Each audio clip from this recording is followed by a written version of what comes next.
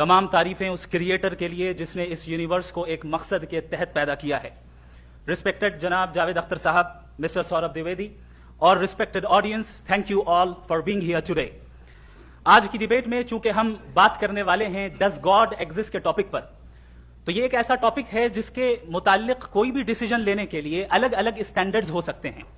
لہٰذا ڈیبیٹ کے شروع میں یہ ضروری ہے کہ ہم یہ جان لیں کہ آج کے اس ٹاپک میں کون سا اسٹینڈرڈ صحیح ہوگا اور کون سا غلط ہوگا. سب سے پہلا اسٹینڈرڈ جسے میں سمجھتا ہوں کہ ہمارے ریسپیکٹڈ جناب جاوید اختر صاحب بڑی تیزی کے ساتھ اس کی طرف لپکیں گے, وہ ہے سائنس. جبکہ سائنس در حقیقت خدا کے ایگزسٹنس کو ڈائریکٹلی ثابت کرنے یا اس کے ایگزسٹنس کو ڈینائی کرنے کے لیے اسٹینڈرڈ نہیں بن سکتی. اور اس کی وجہ کیا ہے یہ میں نہیں کہہ رہا, یہ وہ لوگ کہہ رہے ہیں جو سائنس کے ایکسپرٹس ہیں. نیشنل اکیڈمی آف سائنس کہتی ہے science doesn't have the processes to prove اور disprove the existence of God. Y?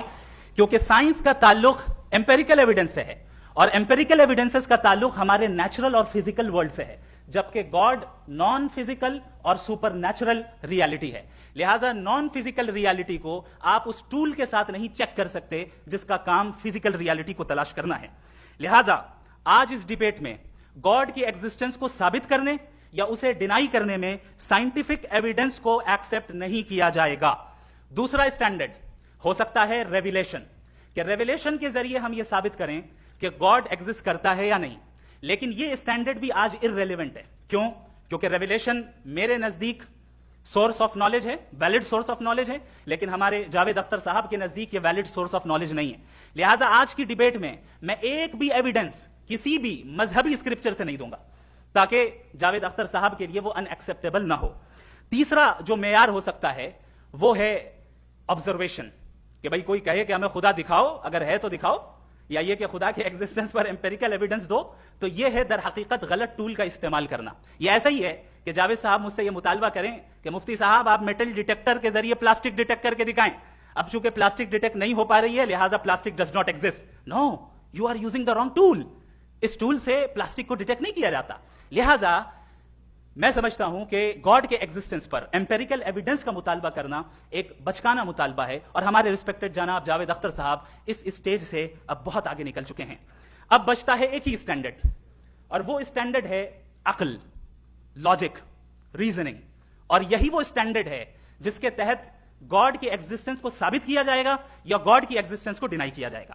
لیکن چونکہ یہ بہت امپورٹنٹ اور سینسٹیو ٹاپک ہے, اس لیے لاجیکل آرگیومنٹ بھی ایسا ہونا چاہیے جو ڈیفینیٹو ہو, انڈیفینیٹو نہ ہو, جو 2 اور 2 4 کی طرح بالکل واضح ہو, جسے لاجیکلی ریجیکٹ کرنا پاسبل نہیں ہو.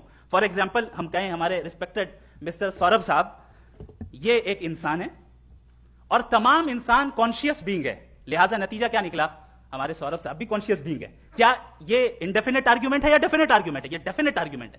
یہ 2 اور 2 کی طرح واضح ہے, اس میں کسی طرح جو ہے لاجیکلی اس کو ریجیکٹ نہیں کیا جا سکتا. تو اگر آج ہمارے جاوید اختر صاحب ایسی کوئی عقلی دلیل اور لاجیکل ایویڈنس دیں خدا کے نہ ہونے پر جو ڈیفینیٹ بھی ہو, تو میں یہ اعلان کرتا ہوں کہ یقیناً میں اس ایویڈنس کو قبول کروں گا اور اس پر غور کروں گا. لیکن ساتھ میں یہ بھی اعلان کر دیتا ہوں پریڈکشن کے طور پر کہ ایسا کوئی ڈیفینیٹ آرگیومنٹ کوئی نہیں پیش کر سکتا. دلیل ہم دیں گے اور ڈیفینیٹو دلیل دیں گے, لاجیکل دلیل دیں گے, ایسی دلیل دیں گے جو انٹائر ایتھیسٹک ورلڈ اسے ریفیوٹ نہیں کر سکتی.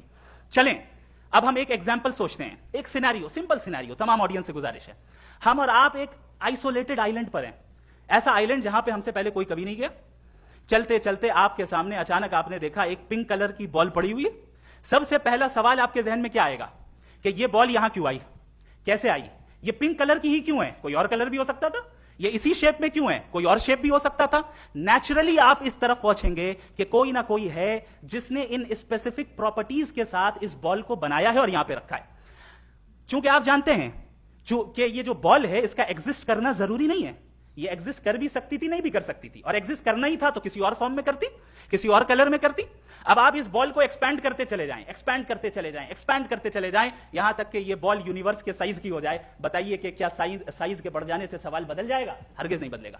ابھی بھی سوال رہے گا یہ یونیورس کہاں سے آیا, ان اسپیسیفک پراپرٹیز کے ساتھ کہاں سے آیا, کیوں آیا, کس نے بنایا. یہ سوال اس وقت بھی ویلڈ رہے گا.